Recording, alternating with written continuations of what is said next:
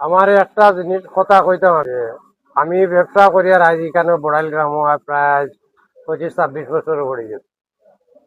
গত 2 বছর আমার কোনোদিন হয়েছে না। গত বছর আমার দোকানে তিনবার এক এক করে তিনবার চুরি হয়েছে।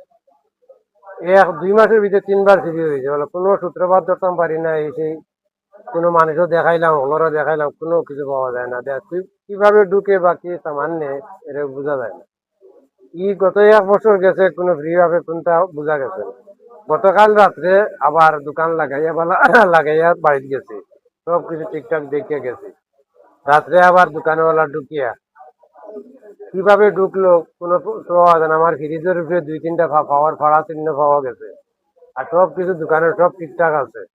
কোনবার ঢুকে কিভাবে ঢুকে বোঝা যায় না। আর ও ব্যবসার উপরে আমি আমার বাচ্চা কাচ্চা নিয়ে সব চলতে আছে, কিন্তু আমার দোকানে ঢুকি আমার তেল, দুধ, সিগারেট, কিছু ডয়ারের নগদ কিছু পয়সা তো সারা নিয়ে কুম্বাদি বাইরে গেল। কিভাবে ঢুকলো কেউ সত্যি করতাম পারছি না, বুঝতেও পারছি না।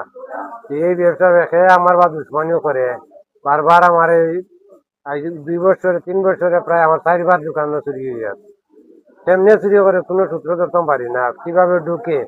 ওই আমার তালা ডুপ্লিকেট করছে, তালা 2-3বার বদলাইয়া আসছি, তালা বদলাইয়া আবার নতুন তালা ব্যবহার করি, কিন্তু ও তালা আবার দেখা যায় ডুপ্লিকেট করে কিভাবে সে ঢুকে কোনো সূত্র পাইছি না। আমি ওখানে সবার কাছে অনুরোধ করে জানি, আর আমার ওটা কেউ সহযোগিতা করবা কোনো সূত্র যদি পাইন তে আমারও জানাইবা। আর সবে আরো আশপাশ দোকান আছে, আরো 3-4টা দোকান আছে, সবাই সচেতন থাকবা।